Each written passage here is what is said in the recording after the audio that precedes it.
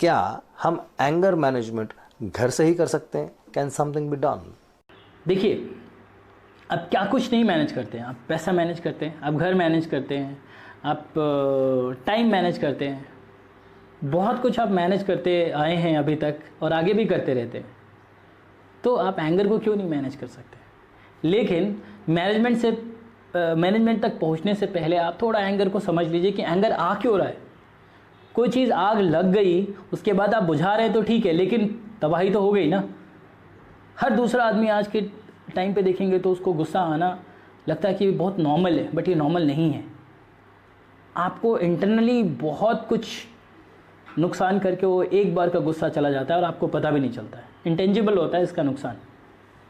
उसकी भरपाई आप करते हैं कैसे? एंगर का, नींद नहीं आना, हाइपरटेंशन, ब्लड प्रेशर, भाई इतना ज़्यादा प्रॉब्लम्स है। और यही छोटी छोटी प्रॉब्लम को हम इग्नोर करते हैं और उसका मेन कारण क्या होता है? एंगर। एक छोटी सी बात, एंगर। अब एंगर आता कहाँ से है? एंगर वहाँ से आता है जो चीज़ आपके हिसाब से नहीं हुई या पर्टिकुलर पर्सन ने आपको नहीं समझा। तो आपके पास वहाँ दो ऑप्शंस होते हैं, आप तो एक्ट करिए या रिएक्ट करिए। लेकिन चूँकि आपकी ट्रेनिंग ऐसी रहती है कि आप रिएक्ट करते हैं पहले, आप एक्ट नहीं करते, राइट। दूसरी चीज़, आप फ्लैक्सिबल नहीं रहते। आप अपने ही थॉट्स के साथ आप हाई लेवल पर रिजिड रहते हैं, सेल्फ इवोल्यूशन नहीं करते आप। होता है ना कि आप कोई भी चीज़ है, आप एक काम कर सकते हैं। देखिए सिंपल सा आपको मैं एक टेक्निक बताता हूँ। एक पेपर उठाइए, उस पर एक बीच में ड्रॉ करिए लाइन, एक तरफ लिख दीजिए आपकी स्ट्रेंथ क्या है और आपका एरिया ऑफ इम्प्रूवमेंट क्या है। तो जो जो आपका एरिया ऑफ इम्प्रूवमेंट है, जहाँ जहाँ पे आप इम्प्रूव करना चाहते हैं, चाहे वो रिलेशनशिप को लेकर के हो, चाहे वो पर्सनल गोल्स हो, या किसी भी तरीके की आपके अंदर ऐसी चीज़ है जो, क्योंकि हम खुद को सबसे बेहतर समझते हैं कि मेरी क्या कमियां हैं, क्या अच्छाइयां हैं, क्या बुराइयां हैं।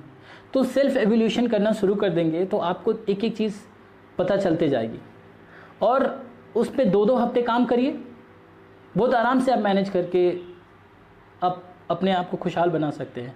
क्योंकि क्वेश्चन को समझना ही आंसर को बेहतर तरीके से लिख सकते हैं आप। मैं यूँ कहूँ कि आप बेहतर क्वेश्चन को समझेंगे तो उसका आंसर भी आप बेहतर तरीके से लिखेंगे।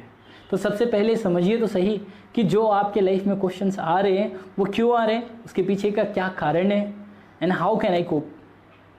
क्योंकि देखिए ना, एंगर सिंपल से मैं एक बात बताऊं, एक छोटा सा एग्जांपल देता हूं, देन आई कंक्लूड। आपका बॉस आपके सामने है, आपको लाख गुस्सा आएगा लेकिन फिर भी आप आराम से खड़े रहेंगे मुस्कुराते हुए, इसका मतलब आपके अंदर वो टॉलरेंस है। लेकिन वहीं जब आपका बच्चा जब घर में कोई छोटा मोटा प्रॉब्लम करता है तो आप उस पर खटाक से आप एक्सप्लोड हो जाते हैं, फट पड़ते हैं आप बिल्कुल।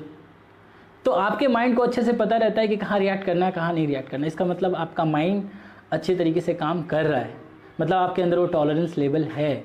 बट मैं कहता हूँ टॉलरेट क्यों करना किसी चीज़ को, क्योंकि वो भी एक अलग तरीके की नेगेटिव एंग्जाइटी क्रिएट करती है। आपको अगर जो आंसर जानना है तो पहले क्वेश्चन को समझिए, सेल्फ एवोल्यूशन करिए, फ्लैक्सिबल रहिए, विश करिए चीज़ों को कि आई विश कि ऐसा ना हो, क्योंकि ये सृष्टि आपके हिसाब से नहीं चल रही है। आपको यहाँ पे थोड़ा एडजस्ट करना पड़ता है, राइट।